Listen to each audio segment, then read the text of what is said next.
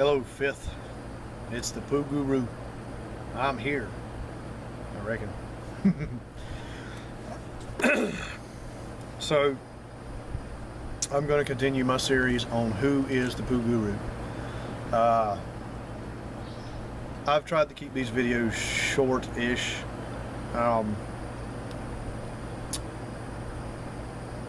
But it is what it is. I will probably add more details later on or whatever, but this next segment I might have to break up into one or two different videos, so if so, whatever.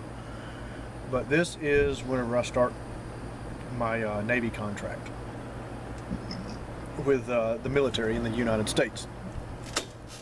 So I'm at the recruiter's office talking to them, and you know, they're asking me questions. Do you do any drugs? Oh yeah, I smoke pot. Well, okay, we're gonna drug test you. Okay, well, I'm hot, so don't even bother.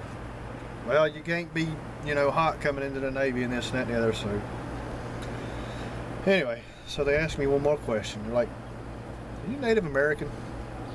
I said, I don't think so. At least a 16th? I kind of look at him a little strange. I said, sure, why not? Meet your quota. I don't give a damn. Put me down as a 16th Cherokee or some shit, whatever, I don't give a fuck. So there's that.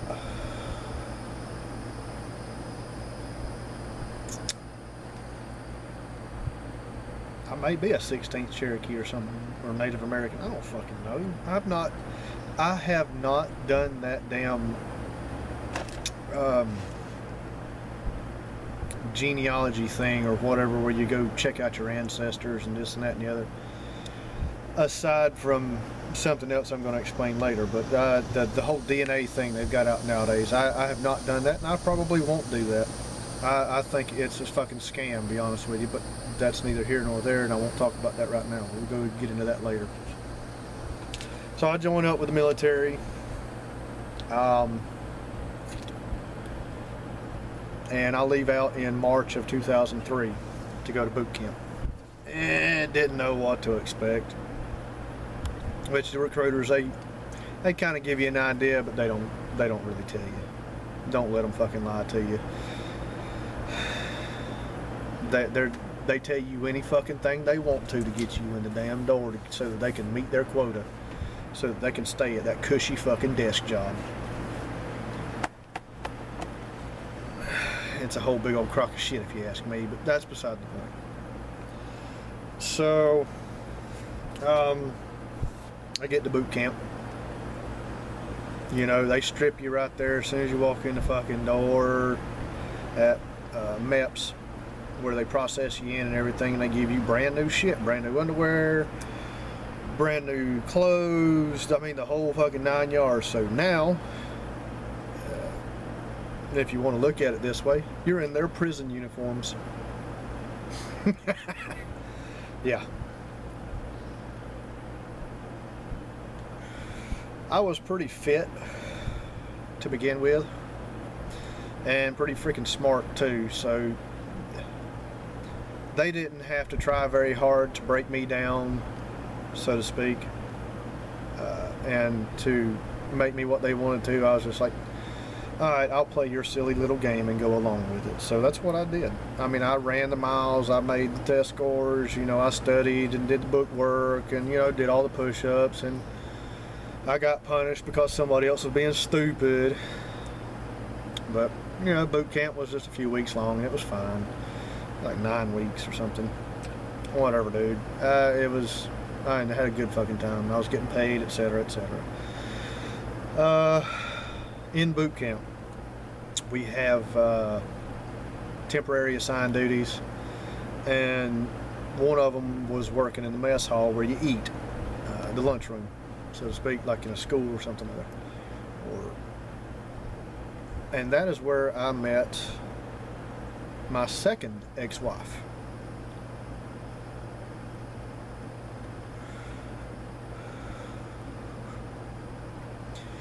We got along pretty great, and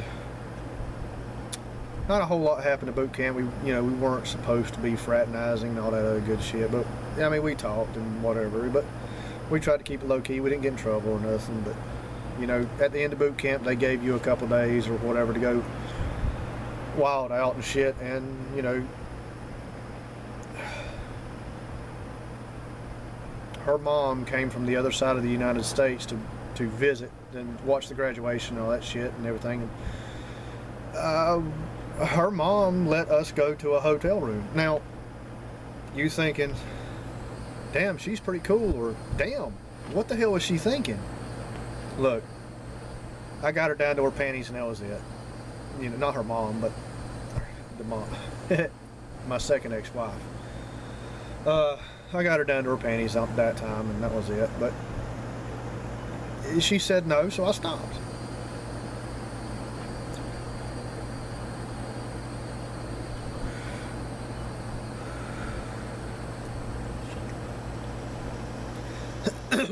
So after boot camp, we go to our advanced schooling for whatever particular job classification we have, and her advanced schooling was not going to be where I was going to be, so she went somewhere different, but we still kept in touch, etc.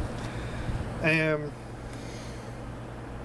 I was at my advanced schooling, which was still up where the boot camp was. I didn't have to leave that area, so you know, I'm not. There was a big city real close to where boot camp was, and I went out and I had a really good fucking time whenever I was in my advanced schooling. Once I actually got up to the 3rd tier where I could wear civilian clothes and be out late. You had to earn that privilege, apparently.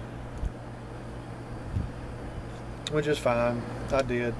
I played by their rules. I played their silly little game.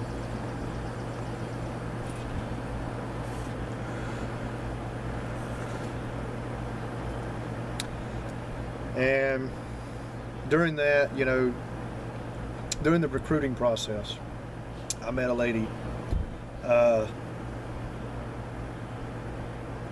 I'm still in touch with her today, and she is actually still in the military, but I got out. But you know, we stayed friends. We kept in touch off and on, long and along, and you know, she went to this, not the same A school, but she went to a school up where I was at, or something other, and so you know, we hung out in the big city, and you know, we had a good old time. Nothing ever happened between us. We were just real good friends. I just didn't really see her like that. I still don't, which she's married now, and I don't even attempt to look at her like that. She's a real good friend, and I like to keep it that way. So, let's see. Had a lot of good times in that area, and after my advanced schooling, I went to my permanent command, so to speak, my next command, which was a big ass aircraft carrier out in the middle of the fucking ocean. And I say it like that because whenever I stepped foot on that ship, it was out in the middle of the fucking ocean. I got off, I looked around, and I couldn't see land nowhere. Nothing but blue water. I was like, oh shit. Well, getting to the ship was an interesting thing because, I mean, we took off in a little bitty plane, what they call a Greyhound, and we landed on the carrier. Those wires that they have that you see the jets getting caught on, yeah, that happened. It was a pretty neat experience. And so I got to the ship, you know, started getting situated and everything, and for the most part, I just go ahead and say I fucked off for about 2 years. I was a dumbass for about 2 years, and I did something really stupid. I forged some documents. I said I did something and I didn't. And so I had to go talk to the captain about it. Well, at that point, I had 3 French fries on my shoulder, which made me an E3. Well, the captain, oh gosh, I was hoping that he was just going to kick me out and I could just leave this shithole and go do my own fucking thing. No, he had different plans for me. I think he figured out that I wanted to be kicked out. He's like, I'm just going to take a stripe from you for 6 months. So I got knocked down to an E2 for 6 months, and then I moved back up to E3. And after that, my attitude changed. During that point, after the captain's mast, that was whenever I became the Poo Guru. And there is a video on my channel of the Poo Guru debut. The part with me in it starts about 3.5 minutes into it. And it's a relatively lengthy video, but it was a video made on the ship by the media department. And I asked them, if I could, have a copy of it, and they let me have a copy of it. And for the next 2.5 years, I became legendary on the ship.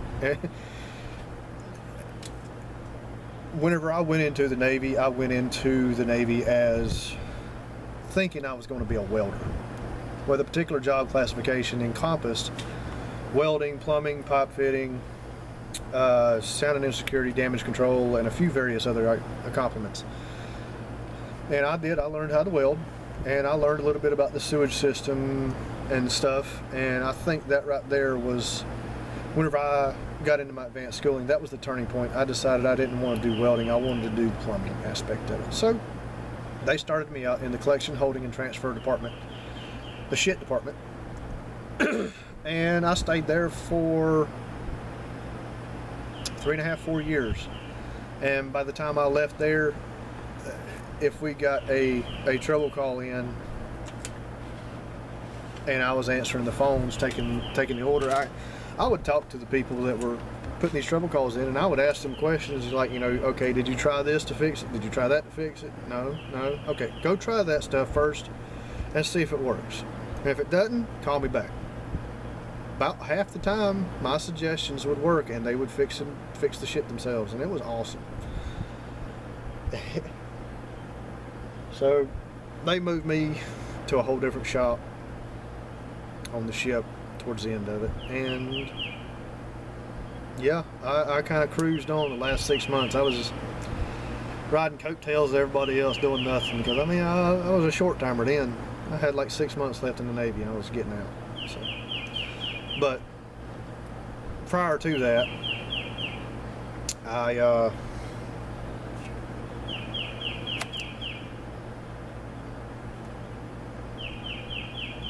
let's see.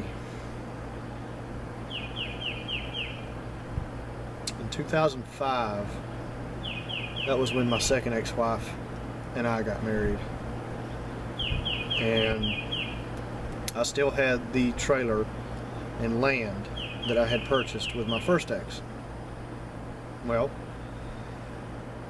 my second ex, her mom was in bad shape where she was living at in the state she was living in, and she's like, man, I gotta get out of here.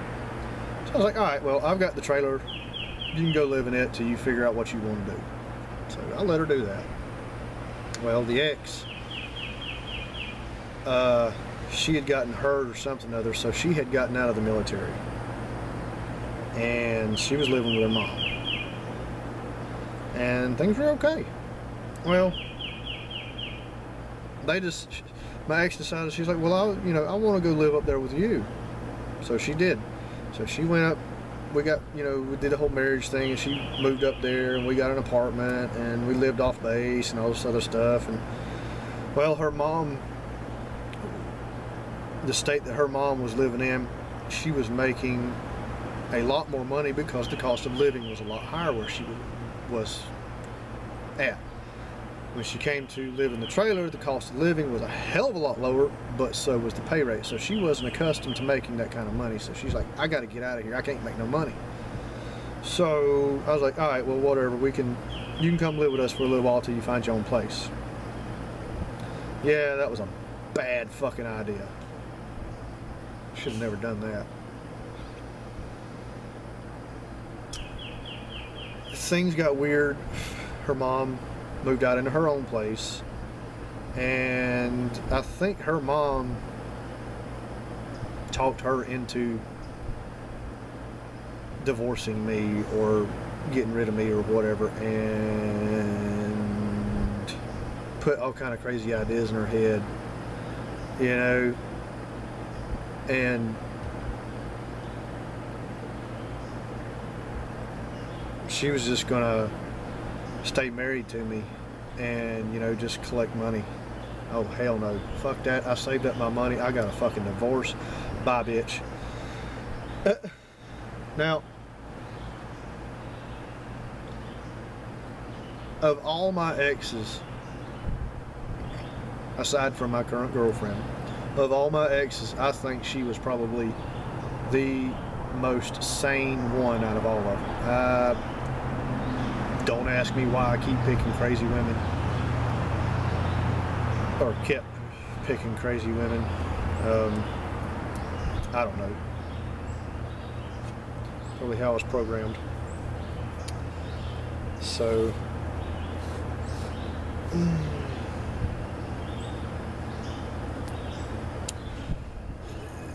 around 2004, I bought my second vehicle, which I still own. I still have in my possession. And after that, you know,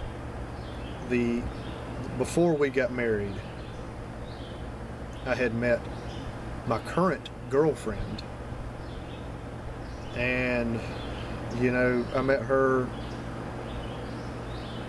I don't want to go into a whole lot of detail right now. I may talk about her a little bit later, but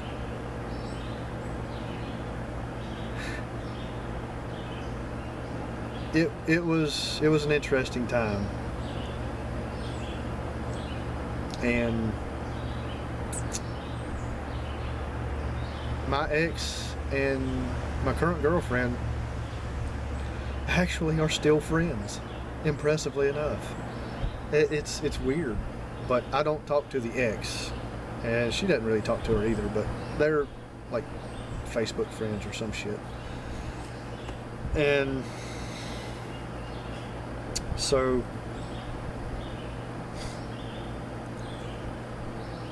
you know, me and my current girlfriend, you know, we hung out a lot, but I mean, she wanted to be serious, and I don't know what I was doing. I don't know where I was at mentally or emotionally or anything like that, but it didn't work out then. So I just about made it all the way around the world in the Navy. I visited at least 12 different countries. I did cross the equator, so I'm now shellback.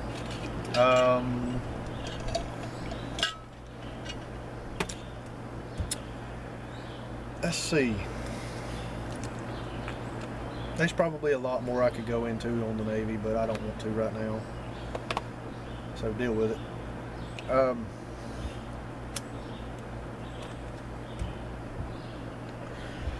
I got an honorable discharge. I served my contract, you know, and I got out of the Navy. And the last few months I was out of the Navy, I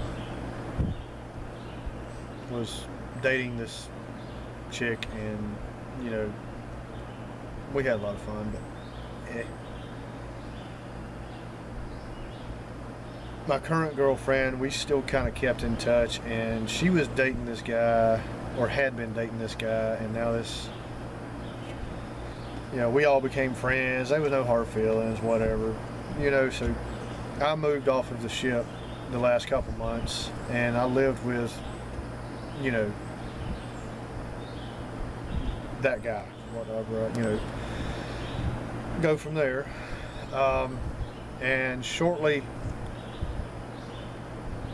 before then, that's when I got my first tattoo. And this is my first tattoo. Let's see if you can see it.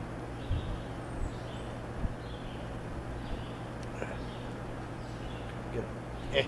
Anyway, that's my first tattoo. I got out of the military and I went and moved in with my next oldest brother, the one that wears camouflage. Now, the reason I did that, I'll explain in my next video. So, I think that's all I'm going to say on this video. I'll catch you up on the next one. Poo Guru out.